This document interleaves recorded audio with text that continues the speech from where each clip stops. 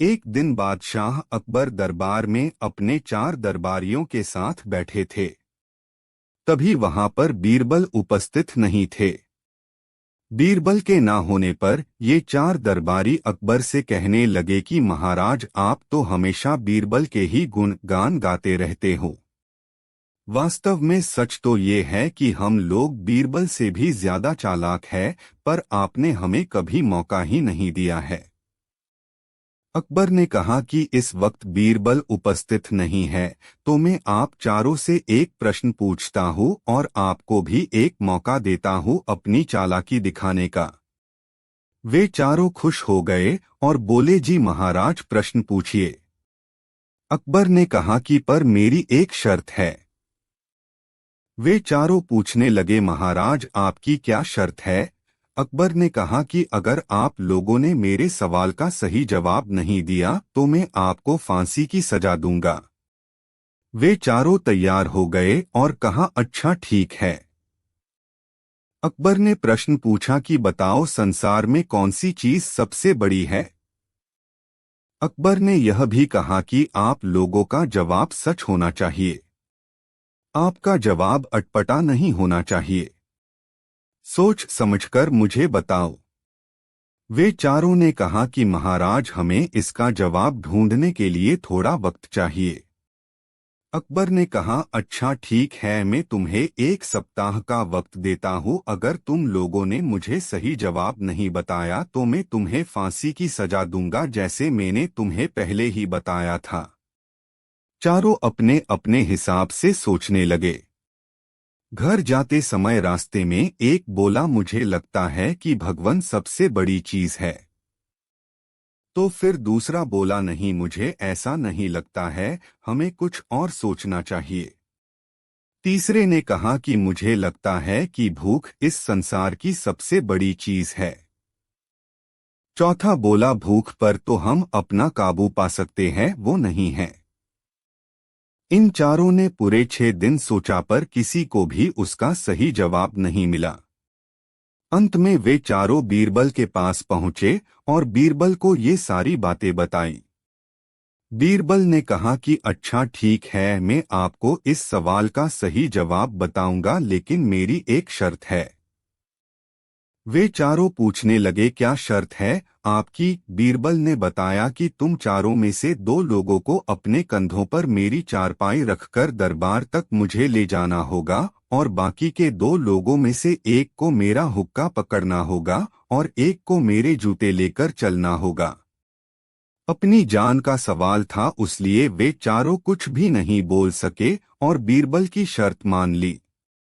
बीरबल की ये शर्त उन चारों को बिल्कुल भी पसंद नहीं आई थी, पर वे कर भी कुछ नहीं सकते थे। बीरबल के साथ इन चारों को ऐसे देखकर रास्ते में सब लोग आश्चर्य से देख रहे थे। दरबार में जब वे लोग पहुंचे तो ये सब देखकर बादशाह अकबर और बाकी दरबारियों को भी बड़ा आश्चर्य हुआ। बीरबल बोला, महाराज, संसार में सबसे बड़ी चीज है गरज। अपनी गरज से ये चारों मुझे ऐसे दरबार में लाने के लिए भी तैयार हो गए। अकबर मुस्कुरा रहे थे। वे चारों दरबारियों सिर झुकाकर खड़े थे। एक दिन सम्राट अकबर ने बीरबल की बुद्धि का परीक्षण करने का फैसला किया। उसने बीरबल को दरबार में बुलाया और कहा, बीरबल, मेरे पास तुम्हारे लिए एक चुनौती है। मैं चाहता हूं कि तुम मेरे लिए एक अंगूठी ढूंढो। अंगूठी में एक विशेष गुण होना चाहिए। जब मैं दुखी होता हूं तो मुझे हंसी आनी चाहिए और जब मैं खुश हूं तो वो मुझे रुला दे। 1 हफ्ते के अंदर ऐसी अंगूठी ला दो, वरन। बीरबल स्थिति की गंभीरता को समझ गए। वह जानता था कि ऐसी अंगूठी ढूंढना कोई आसान काम नहीं है। हालांकि वह शांत और आत्मविश्वास से भरे रहे। उसने सम्राट को प्रणाम किया और उसे आश्वासन दिया, महाराज, मैं आपकी चुनौती स्वीकार करता हूँ। मुझे वह अंगूठी मिल जाएगी जिसकी आपको तलाश है। फिर बीरबल असाधारण अंगूठी खोजने के लिए निकल पड़े। उन्होंने जौहरियों, कारीगरों और जादूगरों से उनकी विशेषज्ञता जानने के लिए मुलाकात की, लेकिन कोई भी उन्हें सम्राट अकबर द्वारा वांछित जादुई गुणों वाली अंगूठी प्रदान नहीं कर सका। दिन बीतते गए और बीरबल की खोज व्यर्थ लगने लगी। एक शाम जब बीरबल बाजार से गुजर रहे थे तो उन्होंने रामू नाम के एक विनम्र खिलौना बनाने वाले को देखा। दिलचस्प बात यह है कि बीरबल ने उनसे संपर्क किया और बादशाह की चुनौती साझा की। रामू ने ध्यान से सुना और मुस्कुराया। उन्होंने कहा, बीरबल, मेरे पास आपके लिए एक समाधान हो सकता है। मेरे पास अंगूठी नहीं है, लेकिन मैं आपको कुछ ऐसा बना सकता हूं जो बादशाह की आवश्यकताओं को पूरा कर सके। दिलचस्प बात यह है कि बीरबल रामू के पीछे उसकी कार्यशाला तक गया। रामू ने जटिल नक्काशी के साथ एक छोटा लकड़ी का बक्सा बनाना शुरू किया। कई दिनों तक अथक परिश्रम करने के बाद उन्होंने तैयार रचना को बीरबल को भेंट किया। बीरबल ने लकड़ी के बक्से की जांच की और देखा कि इसमें 2 छोटे डिब्बे थे। एक कंपार्टमेंट में हाथ से पेंट की हुई एक मसखरी की एक छोटी सी आकृति थी जो उछलकर किसी को भी हंसा सकती थी। दूसरे डिब्बे में एक छोटा सा शीशा था जो देखने वाले को प्रतिबिंबित करता था, जिससे वे अपनी भावनाओं पर चिंतन कर सकते थे।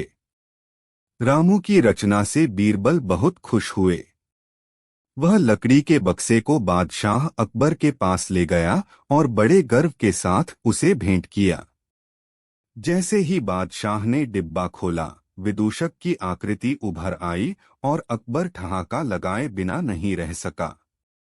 जब उसने शीशे में देखा तो उसने अपना प्रतिबिंब देखा, जिसने उसे एक शासक के रूप में सामना की गई चुनौतियों की याद दिला दी और इससे उसकी आंखों में आंसू आ गए।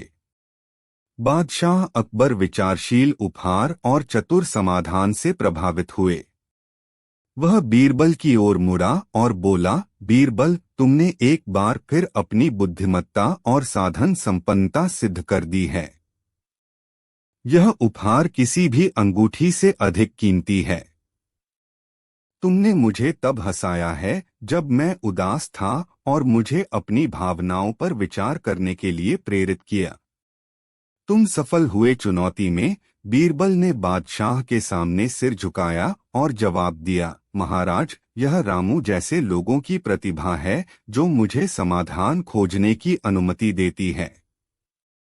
मैं राज्य का एक विनम्र सेवक हूँ। उस दिन से रामू का लकड़ी का डिब्बा बादशाह अकबर के दरबार में एक पोषित वस्तु बन गया, जो सभी को हंसी और आत्मचिंतन के महत्व की याद दिलाता है। और इसलिए बीरबल की बुद्धि और रामू की रचनात्मकता ने साम्राज्य में आनंद और ज्ञान लाया, एक ऐसी विरासत छोड़ी जिसे आने वाली पीढ़ियों के लिए याद किया जाएगा। एक दिन बादशाह अकबर के यहाँ दरबार लगा हुआ था। बीरबल और सभी दरबारी दरबार में हाजिर थे। अकबर ने सभी दरबारियों से कहा कि मैं ये सोच रहा हूं कि 30 दिन की जगह 60 दिन का महीना होना चाहिए।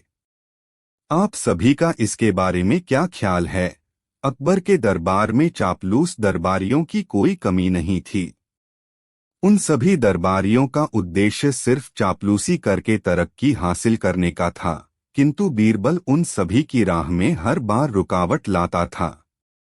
बादशाह अकबर की ये बात सुनकर सभी दरबारी ने हाँ में हाँ मिला दी। ये उन सभी के लिए चापलूसी करने का बेहतर अवसर था। कुछ दरबारियों ने तो ये भी कहा कि महाराज, ये आपका अतिउत्तम विचार है। 30 दिन का महीना बहुत छोटा होता है और इतने कम समय में काम भी पूरे नहीं होते हैं, इसलिए महीना 60 दिन का ही होना चाहिए। कुछ दरबारी तो ये भी कहने लगे कि इससे अच्छा विचार तो हो ही नहीं सकता है और आपको 60 दिन का महीना करने का फरमान फौरन जारी कर देना चाहिए। बीरबल ये सब बैठकर देख रहे थे, लेकिन उन्होंने इसके बारे में अपनी राय व्यक्त करने में कोई उत्सुकता नहीं दिखाई थी।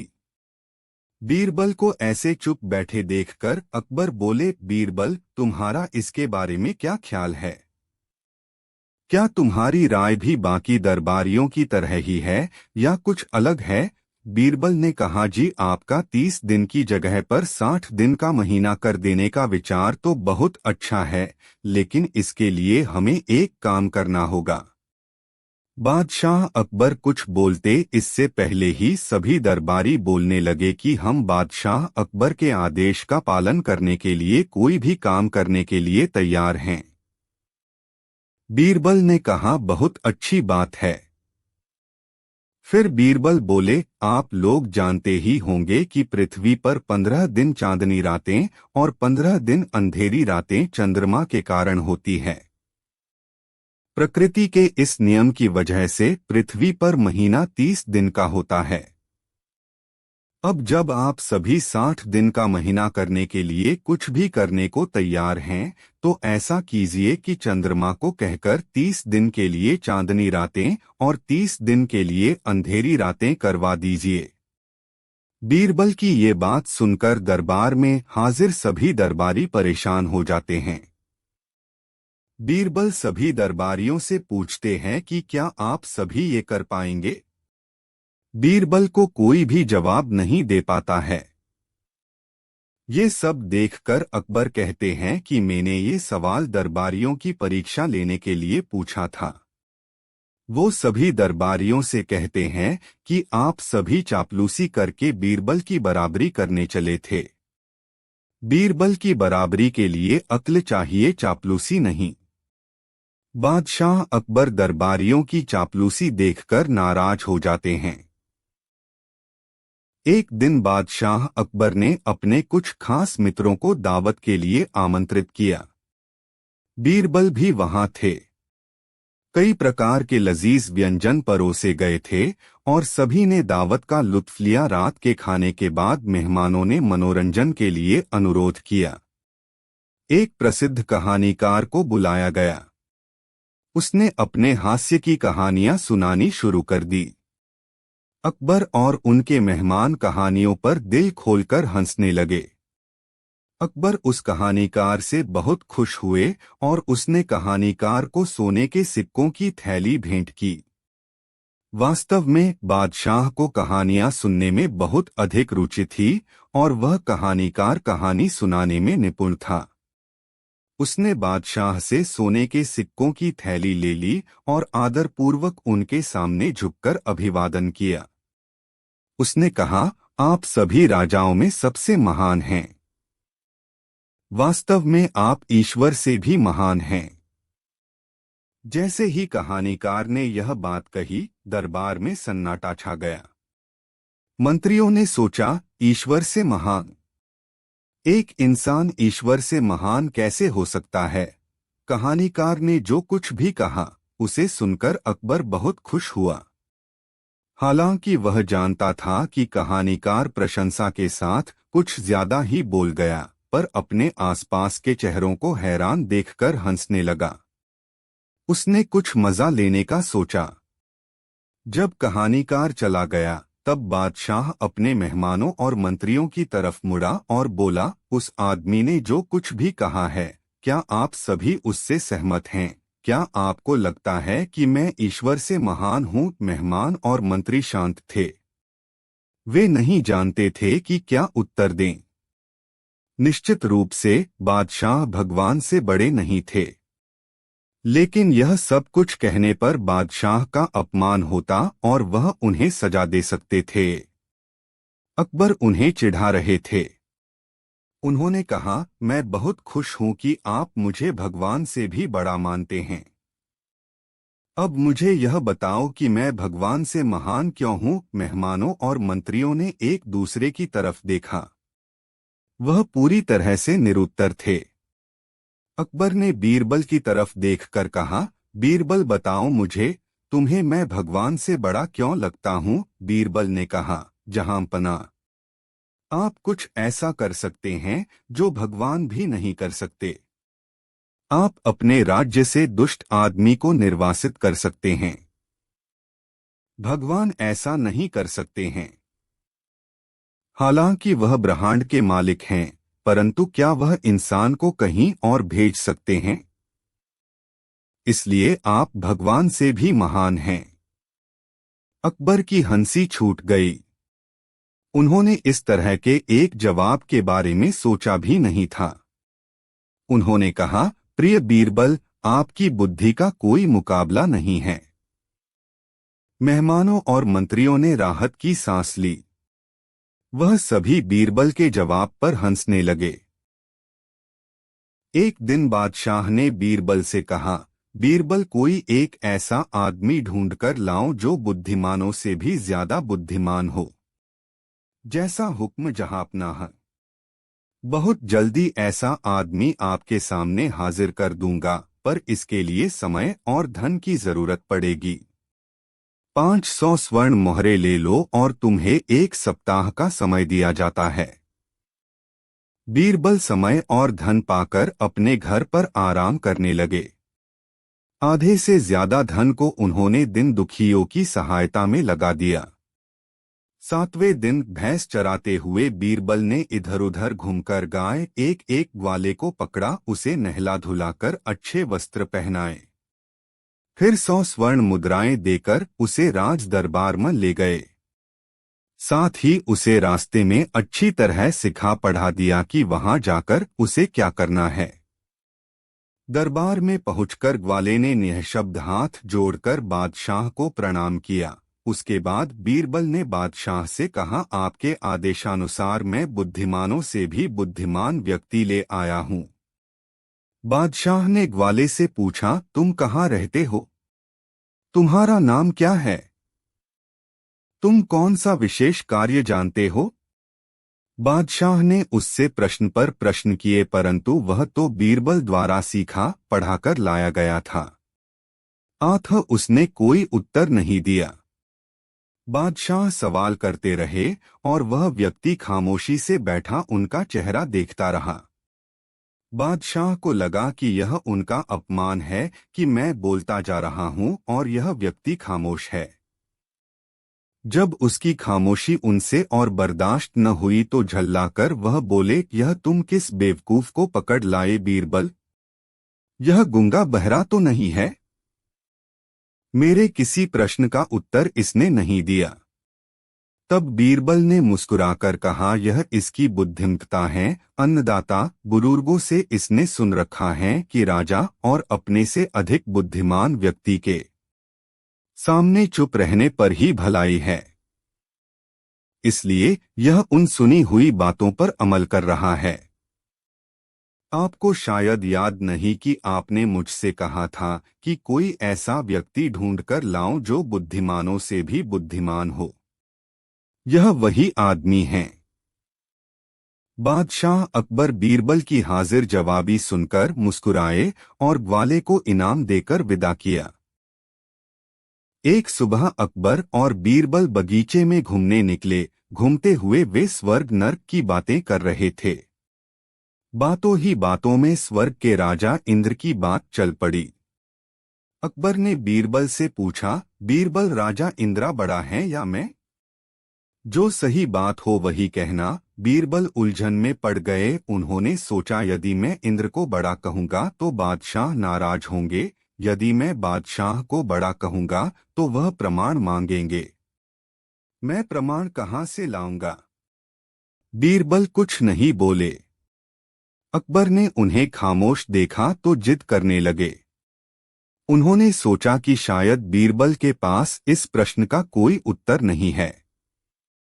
बीरबल, कुछ भी करो, मुझे इस प्रश्न का उत्तर इसी वक्त चाहिए। जहां पनाह इंद्र का और आपका क्या मुकाबला? आप हैं और इंद्र इंद्र है। नहीं नहीं, मुझे यह गोलमोल जवाब नहीं चाहिए। साफ साफ बताओ, मैं बड़ा हूं या इंद्र? बीरबल ने एक गहरी सांस ली, फिर बोले, जहां पनाह इंद्र से बड़े आप है।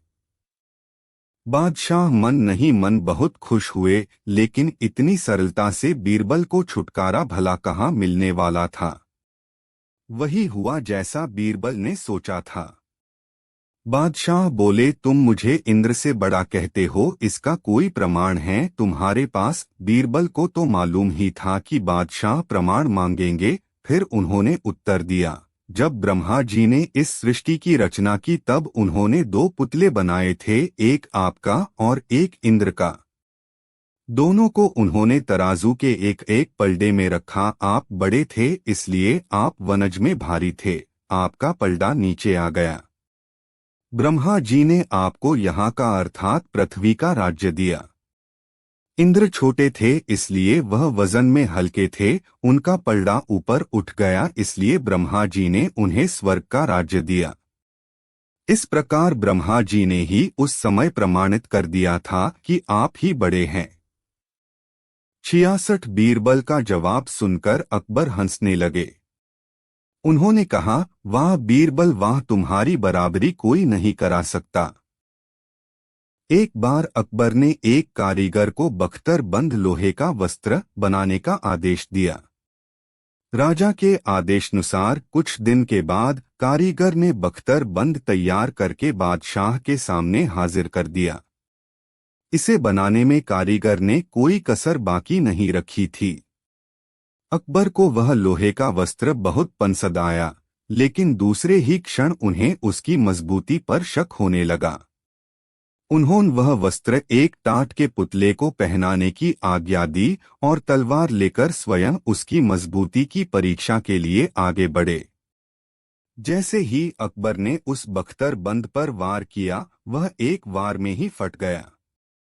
यह देख बादशाह क्रोधित हो उठे और बोले, इतना कमजोर बख्तर, अरे मूर्ख, इसे हम बिना परखे किसी युद्ध में ले जाते तो इससे क्या बचाव होता। जाओ दूसरा मजबूत बख्तर बनाकर लाओ, मगर याद रहे वह भी इसकी तरह कमजोर हुआ तो तुम्हारी गर्दन उड़ा दी जाएगी। अकबर का क्रोधपूर्ण हुक्म सुनकर कारीगर भयभीत हो गया, लेकिन वह करता भी क्या, वह अकबर को सलाम करके अपने घर वापस लौट आया। उसका उतरा चेहरा देखकर उसकी पत्नी ने कारण पूछा। तब कारीगर ने अकबर की आज्ञा की बात बताते हुए कहा, अब मेरी जान बचनी कठिन है। उसकी पत्नी बहुत चतुर थी, कहने लगी, क्यों जरा सी बात पर भयभीत होते हो, बीरबल के पास जाकर बचने का कोई उपाय क्यों नहीं पूछते। पत्नी की बात से प्रोत्साहित होकर कारीगर बीरबल के पास गया और सारी बातें बताकर प्राणदान की प्रार्थना की।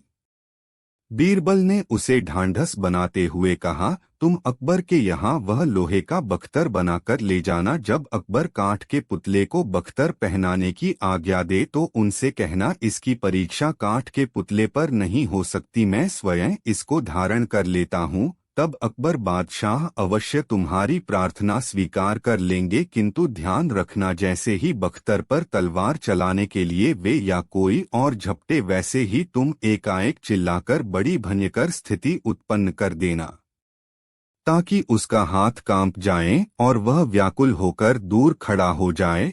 यदि उपयुक्त कार्य भली भांति कर सके तो निश्चित ही तुम्हारे प्राण बच जाएंगे। अकबर के पूछने पर कारण यह बताना कि मेरे इस बख्तर को पहनने वाला काठ का पुतला तो होगा नहीं, कुछ न कुछ शक्ति तो अवश्य रखता होगा, फिर वह अपने प्रतिद्वंदी को अपने आसपास क्यों फटकने देगा। और यदि कोई दुश्मन पास आ भी जाए तो बख्तरबंद पहनने वाले की शकी का कुछ न कुछ खौफ तो होगा ही, और वह इस तरह आसानी से बख्तर तोड़ नहीं पाएगा। बीरबल की बताई हुई युक्ति कारीगर को समझ में आ गई। 2-3 दिन बाद लोहे का दूसरा बख्तर बनाकर वह अकबर बादशाह के दरबार में गया। अकबर बादशाह ने बख्तर पुनः काठ के पुतले को पहनाने की आज्ञा दी। कारीगर ने बीरबल की बताई बात को दोहराकर अकबर से प्रार्थना की कि उसी के शरीर पर बख्तर की परीक्षा हो। अकबर बादशाह ने उसकी प्रार्थना स्वीकार कर ली और एक चतुर सिपाही को होशियारी से लतवार चलाकर बख्तर की परीक्षा लेने की आज्ञा दी। सिपाही ने जैसे ही तलवार चलाने को उठाई वैसे ही बड़े जोर से कड़क कर कारीगर सिपाही की तरफ लपका। सिपाही की तलवार उठी की उठी रह गई और वह भयभीत होकर दूर जाकर खड़ा हुआ। अकबर ने कारीगर से ऐसा करने का कारण पूछा। कारीगर ने बीरबल के सिखाए अनुसार अकबर को जवाब दे दिया। अकबर यह सुनकर बोले, कारीगर तुम्हारी बात तो ठीक है, परंतु सच सच बताओ तुम्हें यह सलाह किसने दी? कारीगर ने सच्ची बात भरे दरबार में कह दी। बीरबल की चतुराई से अकबर और सभी दरबारी अत्यधिक प्रसन्न हुए। एक दिन अकबर और बीरबल एक गांव का दौरा कर रहे थे, जहां उन्होंने एक भूत के बारे में सुना जो गांव वालों को आतंकित कर रहा था। ग्रामीण डरे हुए थे और समझ नहीं पा रहे थे कि क्या करें। अकबर और बीरबल ने मामले की जांच करने का फैसला किया। जब वे गांव पहुंचे तो उन्होंने पाया कि भूत कोई और नहीं बल्कि एक चतुर चोर था जो रात में सफेद चादर ओढ़कर गांव वालों को डराता था। चोर इस तरकीब का इस्तेमाल गांव वालों से चोरी करने के लिए कर रहा था और कोई भी उसे भूत के डर के मारे पकड़ नहीं पाया था। अकबर और बीरबल ने चोर को पकड़ने की योजना बनाई। अकबर ने ग्रामीणों के रूप में कपड़े पहने और भूत से डरने का नाटक किया। चोर यह सोचकर कि उसे एक और शिकार मिल गया है, उनके पास आया। तभी बीरबल जो छुपे हुए थे एक डरावने भूत की वेशभूषा में वहां आए। ये देखकर चोर सचमुच डर गया कि वाकई भूत होते हैं, और चूंकि वह भूत बनके सभी को डरा रहा था उसने अपनी चादर हटाई और भूत भूत चिल्लाकर खुद डर के मारे भाग खड़ा हुआ। हालांकि अकबर और बीरबल ने जल्दी से उसे पकड़ लिया और सजा के लिए भुक्तभोगी गांव के पास ही ले गए। ग्रामीणों को राहत मिली कि भूत पकड़ा गया था और समझ में आया कि कोई भूत वूत नहीं होता, और उन्होंने अकबर और बीरबल को उनकी मदद के लिए धन्यवाद दिया। चोर ने अकबर और बीरबल से दया की भीख मांगी, यह वादा करते हुए कि वह फिर कभी चोरी नहीं करेगा। अकबर और बीरबल बुद्धिमान शासक होने के नाते चोर को सुधरने का मौका देने का फैसला किया। सुधरने का मौका मिलते ही अब चोर ने गांव के लिए काम किया और ईमानदारी से जीवन यापन किया। चोर ने कड़ी मेहनत की और जल्द ही समुदाय का एक सम्मानित सदस्य बन गया। वर्षों बाद जब अकबर और बीरबल फिर से गांव आए तो उन्होंने सुधारित चोर को देखा और उसके परिवर्तन से प्रभावित हुए।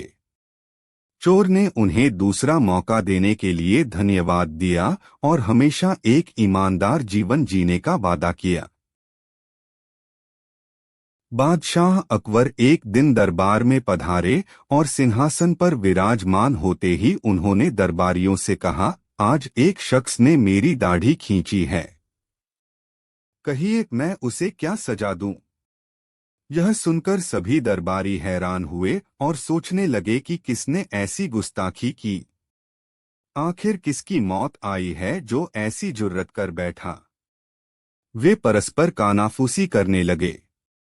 थोड़ी देर के बाद एक दरबारी बोला, जहांपना, जिसने ऐसा दुस्साहस किया है उसका सिर धड़ से उड़ा दिया जाए। दूसरे दरबारी ने कहा, मेरी राय है जहांपनाह की ऐसी गुस्ताखी करने वाले को हाथी के पैरों तले कुचलवा दिया जाए। किसी ने कहा, उस पर कोड़े बरसाए जाएं। किसी ने कहा कि उसे जिंदा दीवार में चिनवा दिया जाए। जितने दरबारी उतनी तरह की बातें, तरह तरह की सजाएं सुझाई गईं। उनकी बातें सुनकर बादशाह ऊब गए। अंत में उन्होंने बीरबल से कहा, बीरबल तुम क्या कहते हो? हमारी दाढ़ी खींचने वाले को हमें क्या सजा देनी चाहिए? बीरबल मंद मंद मुस्कुराए और बोले, जहांपना, आप उसे प्यार से मिठाई खिलाइए, इस अपराध की यही सजा है। बीरबल का उत्तर सुनकर सारे दरबारी चौंके और उस अंदाज में बीरबल का चेहरा देखने लगे मानो वे पगला गए हों। जबकि बीरबल के उत्तर से खुश होकर बादशाह ने कहा, वाह वाह बीरबल, तुम्हारी बात बिल्कुल सही है। लेकिन यह तो बताओ कि मेरी दाढ़ी किसने खींची होगी, बीरबल ने कहा। जहांपना, छोटे शाहजादे के अलावा ऐसी हिम्मत कौन कर सकता है?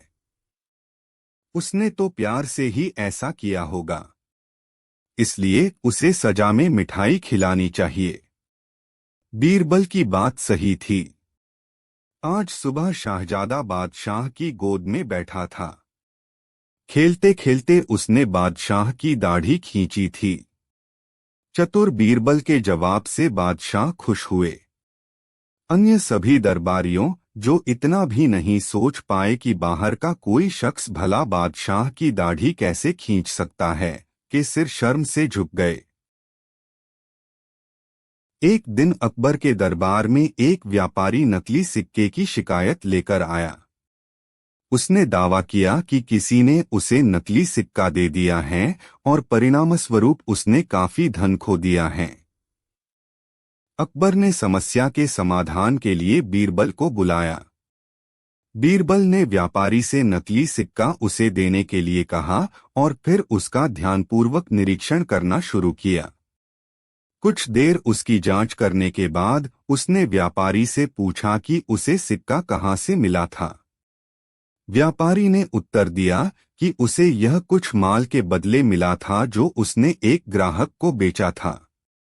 बीरबल ने व्यापारी से ग्राहक का वर्णन करने के लिए कहा और फिर अपने गार्ड को ग्राहक को दरबार में लाने का निर्देश दिया। ग्राहक के आने पर बीरबल ने उससे पूछा कि उसे खोटा सिक्का कहाँ से मिला था। ग्राहक ने दावा किया कि उसने इसे बाजार में किसी अन्य व्यापारी से प्राप्त किया था। फिर बीरबल ने पहरेदारों से दूसरे व्यापारी को दरबार में लाने को कहा। जब दूसरा व्यापारी आया तो बीरबल ने उससे भी पूछा कि उसे खोटा सिक्का कहाँ से मिला था। व्यापारी ने जवाब दिया कि उसने इसे एक भिखारी से प्राप्त किया था जो बाजार से गुजर रहा था। तब बीरबल ने पहरेदारों से भिखारी को दरबार में लाने को कहा। जब भिखारी आया तो बीरबल ने उससे भी यही पूछा कि उसे खोटा सिक्का कहाँ से मिला था।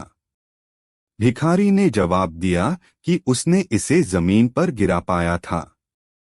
बीरबल फिर अकबर की ओर मुड़े और कहा, महाराज, हमने बाजार में नकली सिक्के के लिए जिम्मेदार अपराधी को ढूंढ लिया है।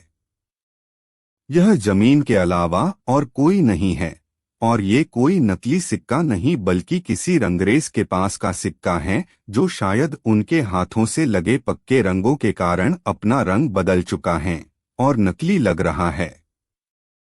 बीरबल की चतुर प्रतिक्रिया पर दरबार में सभी लोग ठहाके लगाकर हंस पड़े। अकबर बीरबल की बुद्धि और चतुराई से प्रभावित हुए और समस्या के समाधान के लिए उन्हें पुरस्कृत किया। एक बार बीरबल को दरबार में आने में देर हो गई। जब वह आए तो अकबर ने उनसे पूछा, बीरबल, आज आने में तुम्हें देर कैसे हुई? हम कब से तुम्हारा इंतजार कर रहे हैं। हमें तुमसे एक खास सवाल करना है, बीरबल ने कहा। जहांपना, रोज रोज आप ही मुझसे सवाल पूछते हैं, यह तो बड़ा ही अन्याय है। आज मुझे आपसे एक सवाल पूछना है। यदि आप अनुमति दें तो मैं आपसे प्रश्न पूछूं। ठीक है, आज तुम हमसे प्रश्न पूछो, हम तुम्हें जवाब देंगे। जहांपना, सूर्य रोज पूर्व दिशा में ही क्यों उगता है? बीरबल ने पूछा। अरे, यह भी कोई प्रश्न है? किसी मूर्ख को भी इस प्रश्न का जवाब मालूम होगा। बीरबल को उनसे ऐसे ही जवाब की अपेक्षा थी। तुरंत ही उन्होंने सर झुकाकर कहा, श्रीमान, इसीलिए तो मैंने आपसे यह प्रश्न पूछा। बादशाह पहले तो कुछ समझे नहीं, पर दरबारियों को खामोश बैठे देख वह सब समझ गए। वह ठहाका लगाकर हंस पड़े। फिर दरबारी भी खिलखिलाकर हंसने लगे। बीरबल के जाल में बादशाह पूरी तरह फंस गए थे। बात को हंसकर टालने के अलावा उनके पास कोई चारा नहीं था।